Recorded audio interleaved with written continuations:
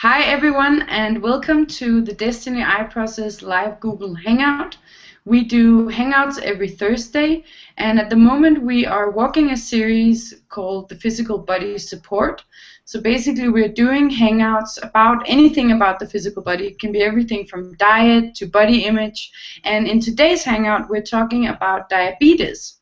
And before we start, I have to make the disclaimer that we're not medical professionals, we're not doctors, so the perspectives that we're sharing here are personal. If you do have a medical issue, we suggest that you seek the attention of a physician or a doctor so that they can give you the proper treatment. We'll simply share our personal experiences here without any medical professional knowledge or information. So during the Hangout, you're able to ask questions to our. You can do that through the Google Hangout event page. So if you're on YouTube, you have to click the lower left link, and there you can actually go and ask questions during the live Google Hangout. So without further ado, let me introduce our guest today. We have Paul with us, who is from Canada but is currently visiting in South Africa. Hey, Paul. Hey, Anna. And you have diabetes. I do have diabetes. I've had it for just over 10 years now. And how did you, because I don't know very much about diabetes, so could you just explain very briefly what diabetes is? How did you get it? Is it even something that you get? Yeah, there's lots of questions still regarding that answer because doctors and scientists nowadays still aren't sure how type 1 diabetic is diagnosed or manifests the disease within the body. Yeah, like I said, I was diagnosed at the age of 14. At the time I was in grade 8, so just before I was entering high school, which was a massive life change for me. Because everything that I was living my life within, meaning, all the sports that I was playing, all the things that I was doing in my life needed to be changed, and I needed to have this added consideration of my physical body and diabetes. So it basically collapsed that life into which I had to rebuild a life where my body's in constant consideration. And most of the 14-year-old boys that I know, they just want to have Coca-Cola and eat chocolate and cake and not give a damn about their body. So that must have been quite a rough ride. Yeah, exactly.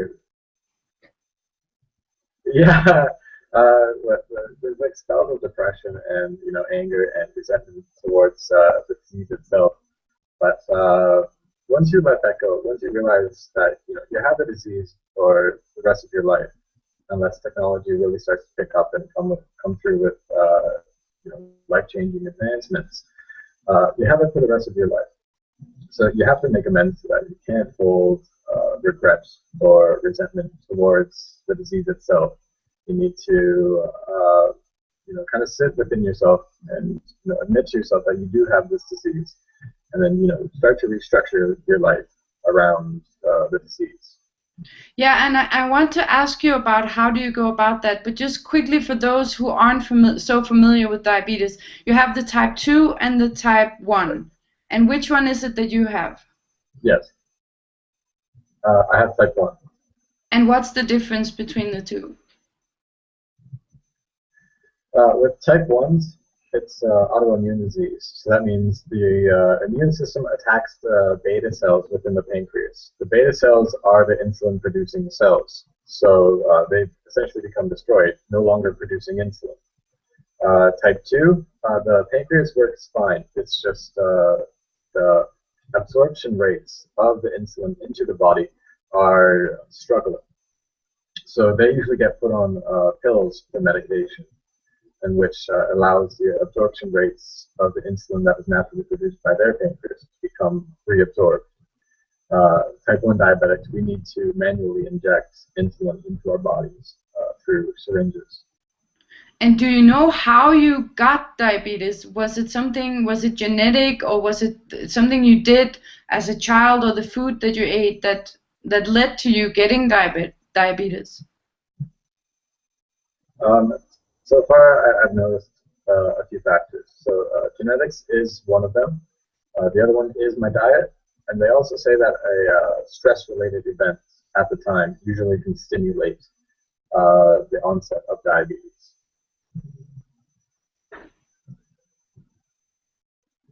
Sorry, I didn't hear the last part that you were saying. So there are various factors that can cause it, but they don't know for sure. Right. So they say it's related to genetics. They also say it's related to diet, and they also say that it's related to a stressful event at that time. Right. Okay. And so when you were 14, you had to start injecting yourself with insulin. Is that correct? And how Yeah, was that like yeah, for you? that's true. Can you walk us through that process? uh, Yeah. yeah. So when I was in the hospital, sitting on the bed, at that time I was just diagnosed, so the nurse was injecting insulin for me. Like I was very emotional at that time because I knew that my entire life was about to change.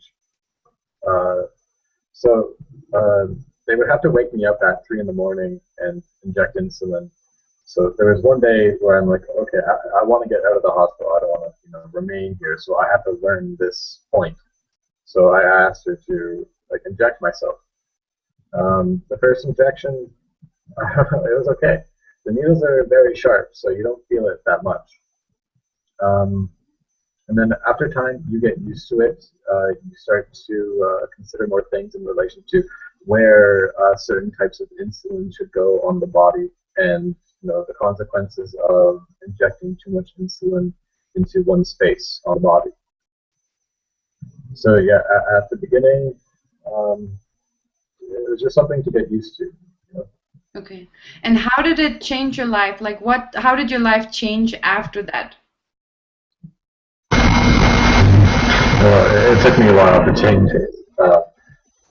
Immediately after, I was still trying to eat everything that I wanted to, and my blood sugars were very up and down, uh, as well as my emotions, because emotions, they do end up going hand in hand with blood sugar highs and lows. So at the beginning, I was, again, all over the place. Uh, so, after a while, you know, I had to face the point of the fact that I'm not taking good care of myself, and that I can take a lot better care of myself. So So how did that kind of like how did that that. manifest? Sorry, how did that manifest that you weren't taking good care of yourself? And what consequences could you see? Did you get sick or? Yeah, I got sick and I felt like crap a lot. If your blood sugar is high, like have you seen what an excessive amount of sugar does to water? No, but I have It seen a makes it into diabetic like that a syrup. didn't. Yeah. Yeah. Okay. Yeah. So an excessive amount of sugar in water kind of makes it like a syrup. So that becomes what the blood is like. So it becomes very hard for the body to push the blood around your body.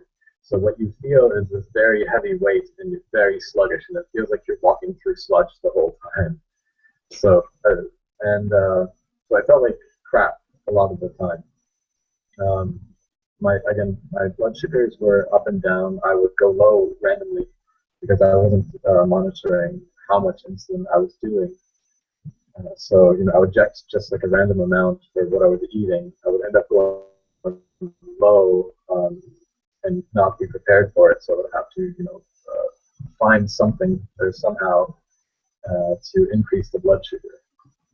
So what was it like you were kind of trying to ignore the fact that you had diabetes, like trying to just ignore it? Yeah. Definitely, yes, that was the point. And how did that go? Not well.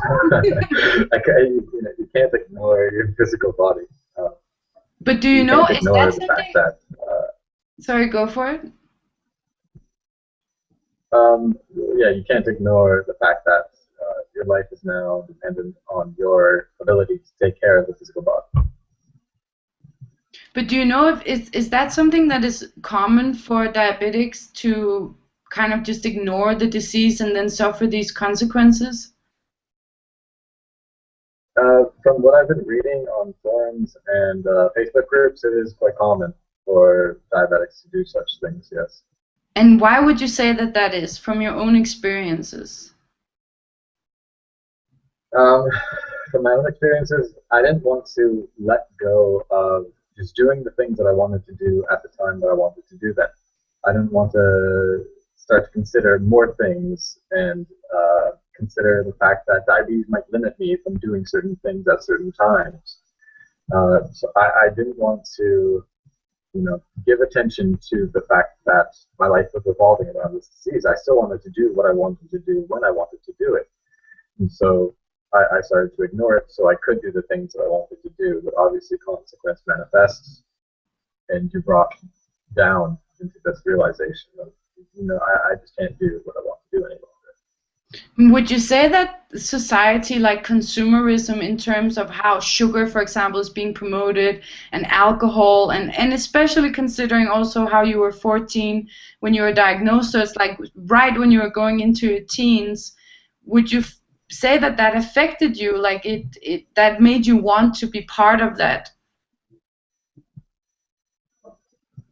Part of that meaning The consumerist society, where go and have ice cream and eat chips, and in terms of doing what you want. Yes, yes, absolutely. Because even going out with my friends for food was an issue. Again, when I was going into my teens, like I was okay, but as soon as I got this disease, I went into this judgmental aspect of myself, where I didn't want to show anybody my disease. So I wouldn't inject insulin in front of people. I would not test my blood sugar in front of people, and that also caused consequences.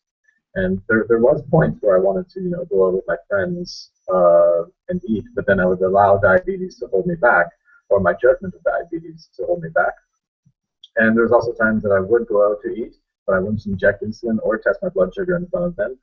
And I would be around them the whole time. So obviously that spikes my blood sugar like crazy, and consequences manifest from that. Yeah.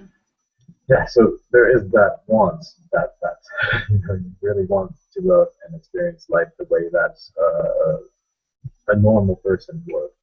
Right.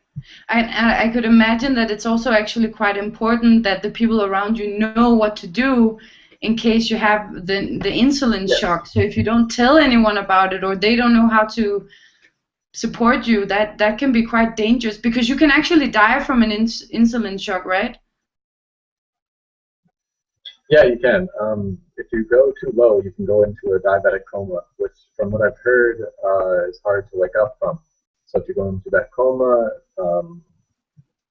yeah, you might just be put to sleep after a while. Right. So it's actually I mean, it's dangerous, or it's serious. Yeah, it certainly is serious. So now you've had the disease for 10 years, and what about, and then obviously you started participating with Desteni. Was it a few years ago, like 4 or 5 years ago? Yeah, it's about 4 or 5 years now. So what about before that? How did you live with diabetes before you found Desteni, and how did you then change your relationship to yourself and to diabetes with finding Desteni? Can you repeat the first part of that question? You were in Yeah, so you walked with diabetes now for 10 years, and within the last, say, 4 years, you've been participating with Desteni. So how did your life change in relation to diabetes from before and then to now when you're working with Desteni? Oh, it's changed dramatically. So I mean, Desteni teaches you to care about life. It teaches you to start to consider more things, to raise your awareness, to consider, what you're doing in this world and how you're treating your body and how you're treating yourself within your body. So at the beginning, when I was walking with Desteni,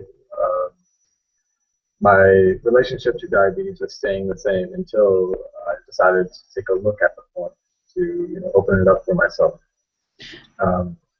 But as I started to walk Desteni, self-change started to happen. So, slowly but surely, I started to look at what I was eating, to read nutrition labels to see how much grams of carbs I was eating for a meal and inject an accurate amount of insulin to correct that. And so it's been a slow process, and now the change has been drastic. Before, my A1Cs were, so A1C is a 3-month average of your blood sugars. So your blood sugars are supposed to be between 4.0 and 8.0 millimoles per liter. And so my A1C was 13.7, which means that my blood sugar was averaging around. Is that very high? Yeah. Yes, it is very high. So that means that my blood sugars were averaging around 16.0. And so, that's not a good place to be. Recently, I went to the diabetic doctor, and my A1C was 7.1, which means that my blood sugars were ranging from, I think it was 6.3 to 6.8. So that's right in the range that I want to be. And is that specifically because of diet, that you've changed your diet? No, it's because I've changed my awareness to it, because that's all that it really took from me.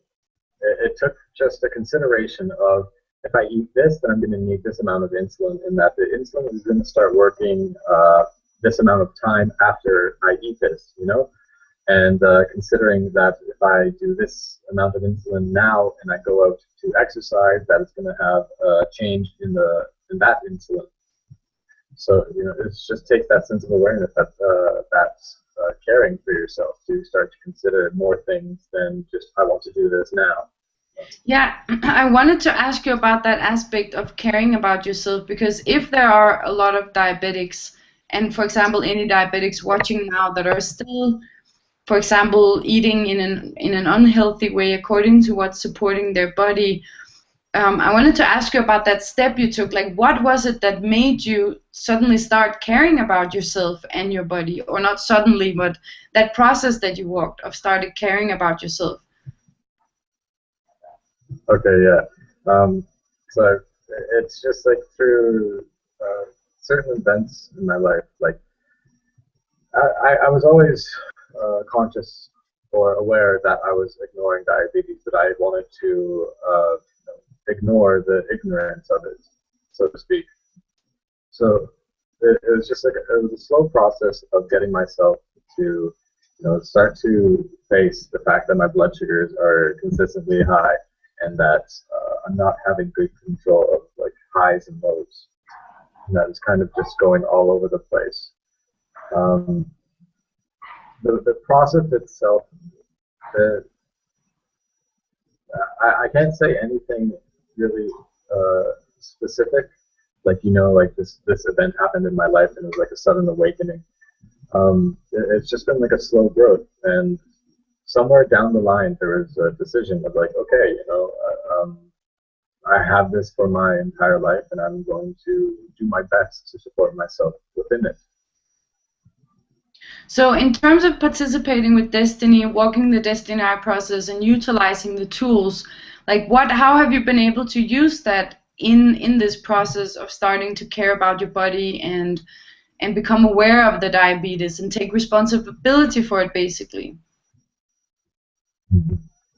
Yeah, so the self-forgiveness process in relation to, well, I can give you a specific example with emotions when you go low. Now, when you go low, it feels like your body's starved of something. You can become aggravated quite quickly, but that aggravation must always have been there for it to come up when you're going low. So the self-forgiveness process, with taking a look at the relations to why I am aggravated when I go low, it has helped me to stop emotions for the large part. They still come up every now and then, but I've stopped my emotions for the large part in relation to going low. And as well, there's been a point where you're out doing something, and you're in the experience of it at the time, and then you go low. That takes you right out of the experience. There's been like an aggravation in relation to that. So the self-forgiveness process and forgiving myself for wanting to be in that experience rather than in awareness of my body and what it needs has assisted me to just say, okay, my body's going low, stop what I'm doing, go eat, bring my blood sugar back up, and then go continue participating in what I was doing. That is actually a very cool tip of support that you could then also give to others with diabetes. For example, as you were saying, so that when you go low, because I can imagine that then you interpret it as also going low emotionally, like actually becoming depressed, for example, and thinking, well, that's normal and that's okay because I have diabetes, but now you're actually working with the body. Yeah, exactly. That's what I found is common. Like in the charts that they say of symptoms of going low, they say irritability. And they list emotions as being just how it is you experience yourself when you go low. But that doesn't necessarily need to be true. I mean, through the process of investigation, I've allowed myself to see and understand where it is that I am allowing these emotions to come up when I'm going low. And through self-forgiveness, it's allowed me to release the emotions, direct myself, instead of allowing myself to go into an emotional spell. Very cool. And we have actually added the link because Paul is writing a blog called A Diabetic's Journey to Life. And we've added that link here to the video. We'll also add it to the description. So you can actually go and read Paul's blogs where he's walking through this exact point, for example, of changing his relationship to diabetes, which is very supportive, very, very cool blog. So I definitely suggest to go and check those out. I want to ask you a little bit interesting question, Paul. Would you say that there has been any gifts for you in terms of having diabetes? Not suggesting that it's a good thing or that people should go and get diabetes, but like, is there something that you can like, is there any gifts in it? Instead of just seeing it as this curse that has fallen upon you, you have to live with it for the rest of your life. Absolutely. The main gift that I can say is you start to become aware of your body a lot more. You start to realize how much stress and how much emotions do affect your blood sugar levels. You start to realize that your emotions, that your mental state does have an effect on your physical body. Like I've gone through depression in my life, and when I've been depressed, the food that I eat increases my sugar a lot faster, and the insulin that I inject decreases my sugar a lot slower. So it has an actual physical effect on your body when you allow yourself to go into emotions. And the same thing can happen with excitement, where if you become excited or you go into a positive reaction towards something, it can have actually one of two effects. It can have the point where adrenaline starts to build in your body, and then that increases sugar production from your liver. And then it can also have the opposite effect, where you start to burn it off a lot quicker, and then you go low a lot quicker. So keeping yourself stable within diabetes is quite an important point in relation to self-management. So diabetes has basically supported you through like forcing you to become aware of your body and become an expert on your own body. Yeah, exactly. And obviously you shouldn't have to get diabetes to become an expert on your own body or start caring about your body. Yeah. From my understanding, that was a part of the manifestation of diabetes, because if I would have continued my life the way that I was, I would have never given consideration towards the body, never given consideration towards the effects of what I'm doing having on the body. Right. So we got a question from Christina, which was quite interesting because it was the exact same question that I asked you in terms of diabetes being a gift and how you changed that perspective. So you've already answered that. Thanks, Christina, for being in sync with me there. So if we look at like tips in terms of others who are walking the process with diabetes, and because I mean, through your 10-year process, you virtually become an expert, like we were saying, on your own body. What tips could you give, for example, to young boys or girls who have just been diagnosed, just like you are, who are sitting in the beginning phases, or who have lived with diabetes for maybe many years and perhaps have given up on themselves and given up? Oh, did you disappear, Paul? Paul disappeared for a moment. There, he's coming back. Sorry, yeah. Did you hear the question? I was listening to it, yes. I just had to shift my computer around so that the Okay, no problem. Yeah, so what tips do you have, like either for anyone who has just been diagnosed and who is facing that same shock that you faced, or maybe to someone that has also walked it for many years, but that hasn't gotten to that point of actually start caring about their body, and maybe, you know, that they've already given up. And I also know, you know, that you can go blind, and there can be a lot of very devastating consequences if you just keep going and don't care about the diabetes. Yeah, exactly. That's the answer in itself. If a person has, oh, sorry, in both cases, if a person is just recently diagnosed, or if a person has lived 20 years with the disease, and yet they're still trying to remain in that ignorance of the disease, to just admit to yourself that you are living with it, that you are going to have to face it, you are going to have to change your reality, because if you don't take care of yourself, lots and lots of more points that are going to manifest, that are going to limit your reality. Those points are going to happen. You can have heart disease, you can go blind, you can have kidney failure, you can lose limbs. I mean, I've heard of a few cases in my direct life where people have had to have their feet amputated because they haven't taken correct care of themselves within diabetes. So, I mean, if you try and remain ignorant to the fact that you now have diabetes, I'd say face it, or more consequences are going to manifest that are going to make you face it, you know? Yeah. And so I was also looking at, in terms of, for example, the diet that you have to change. Often you will have to change your diet. And in relation to that, we know that many people, more and more people, are getting diabetes. And I was actually looking at that maybe the type of diet that you as a diabetic have to eat, that maybe that should be the standard diet for most people, or in terms of also preventing diabetes. Do you have any perspectives on that based on your own experiences and the research that you've done? So, with my own experience, previous to when I was diagnosed, I was drinking a lot of cans of pop a day. I think it was about either 5 or 6 cans a day. And I was also eating a lot of bread.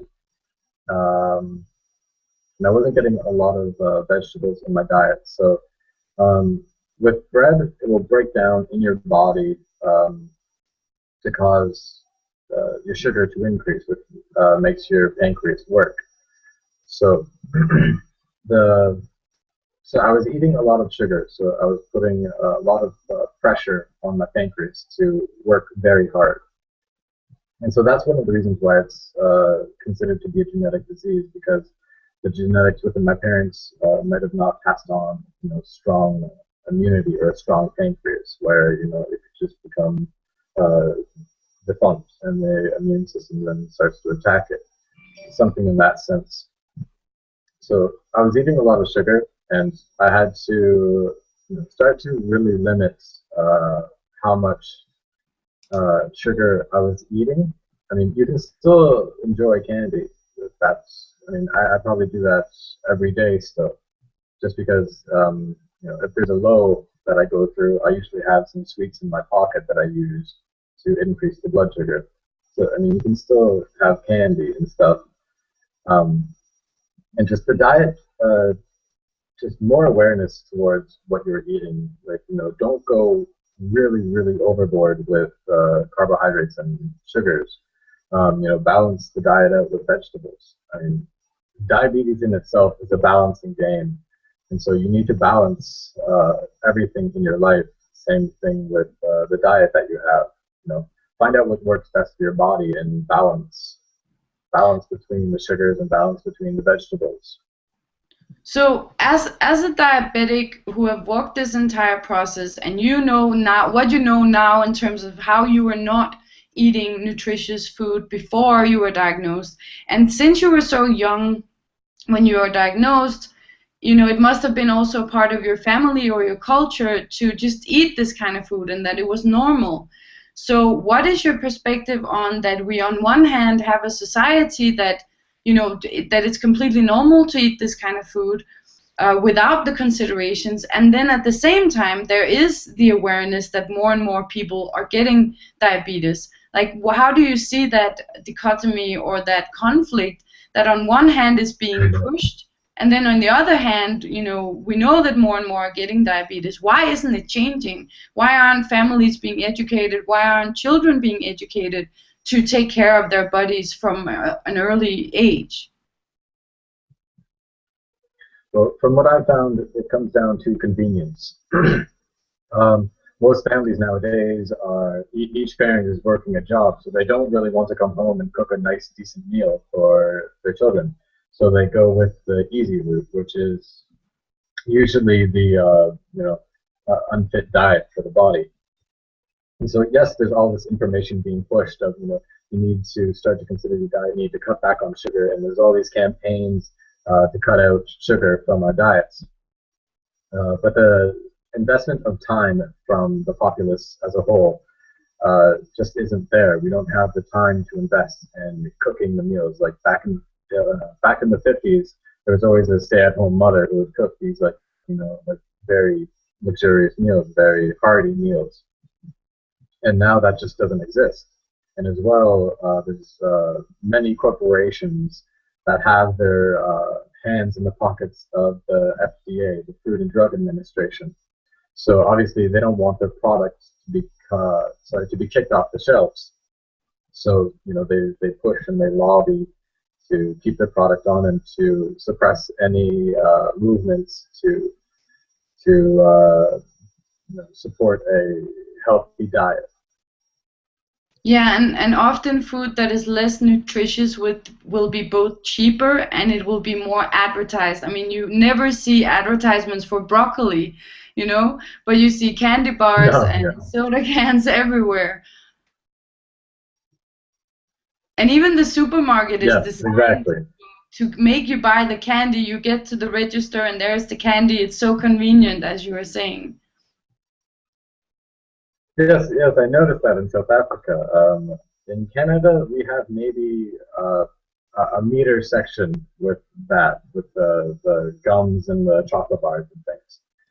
Here in South Africa, there's like an entire maze that you have to walk through, and all of it is just filled with sweets and gums and sweet drinks. So that pushing is there.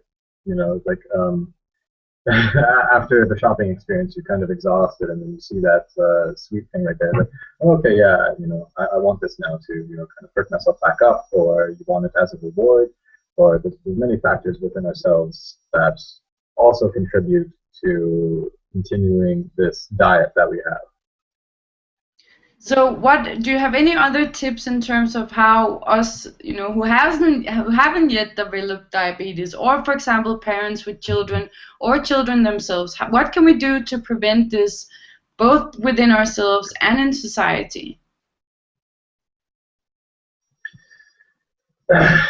Yes, to become more aware of our participation with the body, because again, if we're unaware of our of how what we do in this world, of how we accept ourselves to behave in this body, then points are going to manifest as diseases, as illnesses, to show us where we are not considering ourselves within our bodies.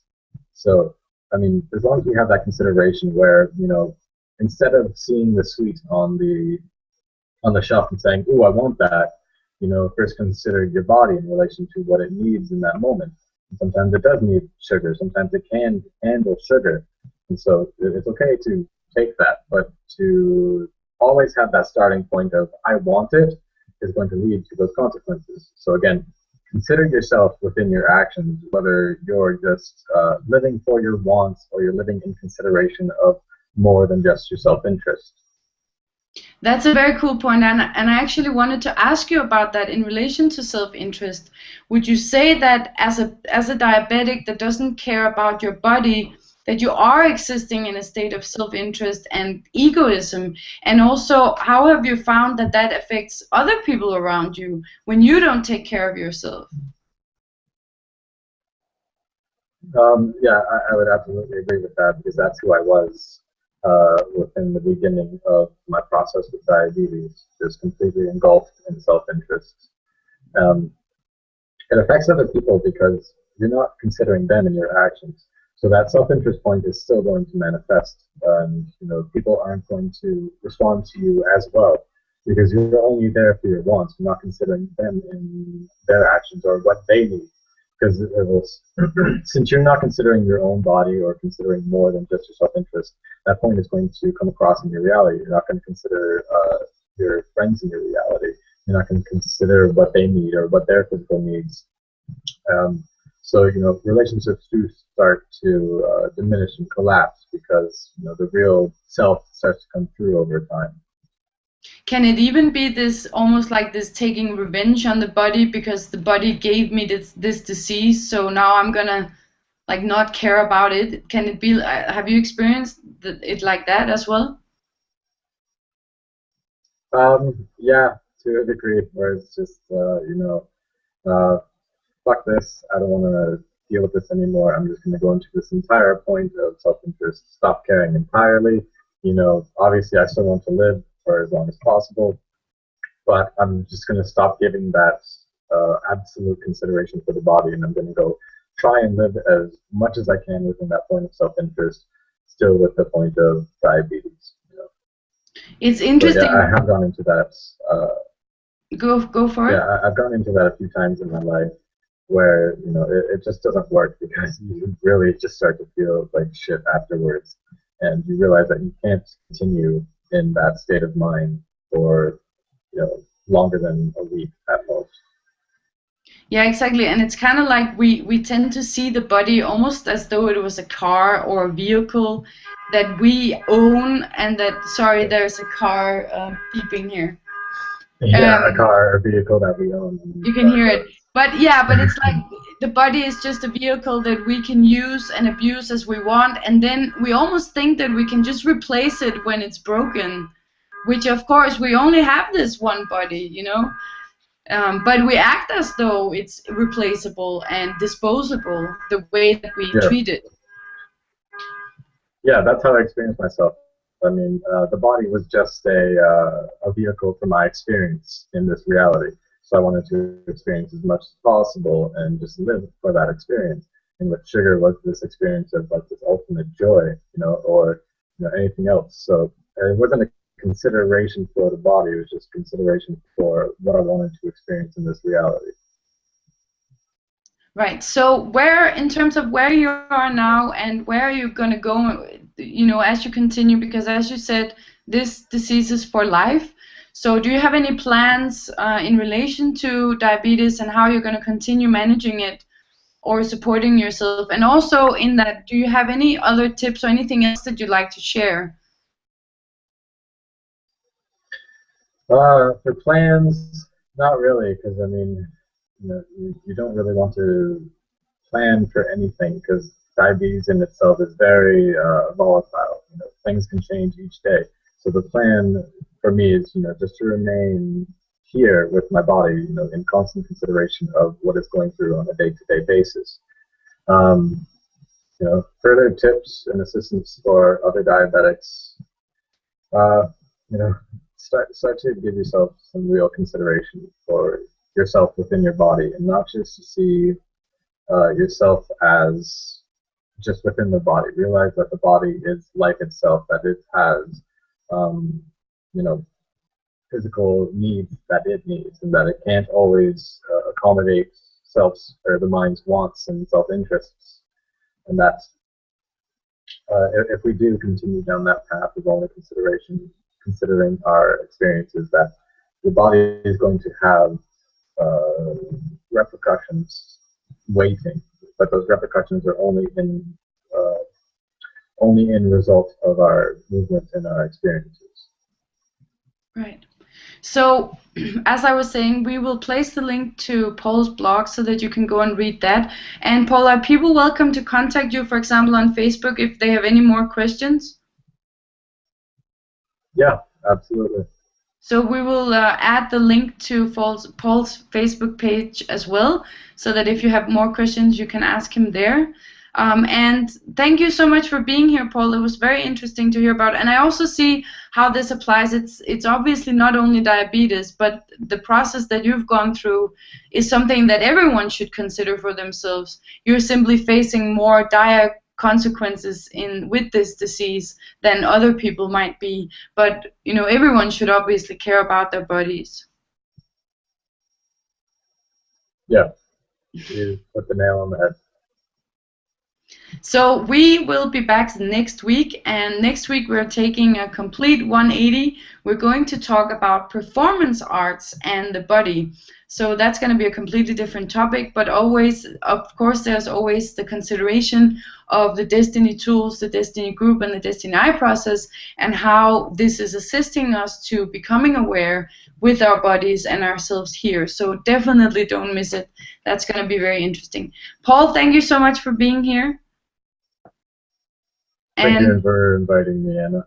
Sure, it was very cool. And everyone, I was about to say don't remember, I mean don't forget to subscribe if you haven't yet to our channel, and we will see you next week.